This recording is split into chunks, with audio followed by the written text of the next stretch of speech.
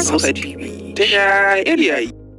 Babban bankin Najeriya CBN ya bada sanarwar ɗage takunkumi da ya sanya kan bankuna game da hada-hadar kudaden crypto a bankunan kasuwanci da sauran cibiyoyin hada-hadar kudade a fadin Najeriya. Babban bankin ya sanar da janye takunkumin ne cikin wata sanarwa da aka rabawa bankuna dauke da sa hannun daraktansa mai kula da sashin tsare-tsare da manufofin kudade Haruna Mustapha.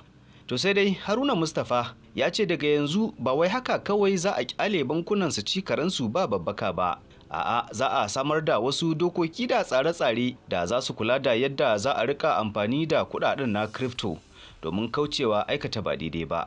Kamfanin dillancin labarai na Najeriya nan ya rawaito cewa a cikin watan Fabrairun shekara ta 2021 babban bankin na Najeriya CBN ya umarci bankuna da sauran cibiyoyin hada-hadar kudade da su dakatar da asusun masu amfani da kudaden na crypto. Daga cikin dalilan da babban bankin ya bayar a wancan lokaci karkashin tsohon gwamna Godwin Emefiele, akwai kokarin da gwamnati ke yi na dakile almundahanar kudade da halatta kudaden haram da yaƙi da ta'addanci, laifuffukan da kudaden na crypto za su iya taka rawa a kai.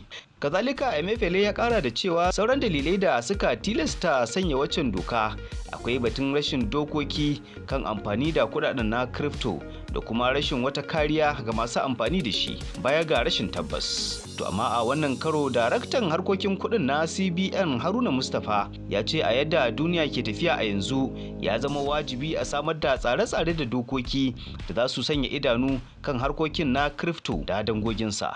To sai dai Haruna Mustapha ya gargadi bankunan kan cewar har yanzu fa haramun ne a gare su ajiye ko su kasuwanci ko hada-hada ta kudaden na crypto a asusunsu. To anan za mu sanya wakafi kan wannan batu. Alabashi ma ji sababbin dokoki da tsare-tsaren da CBN din ya kawo kan hada-hadar kudaden na crypto tare da fashin bakin masana a shirye-shiryenmu na gaba. Abubakar Abdulkadir Dan Gambo, Amnas Hausa TV.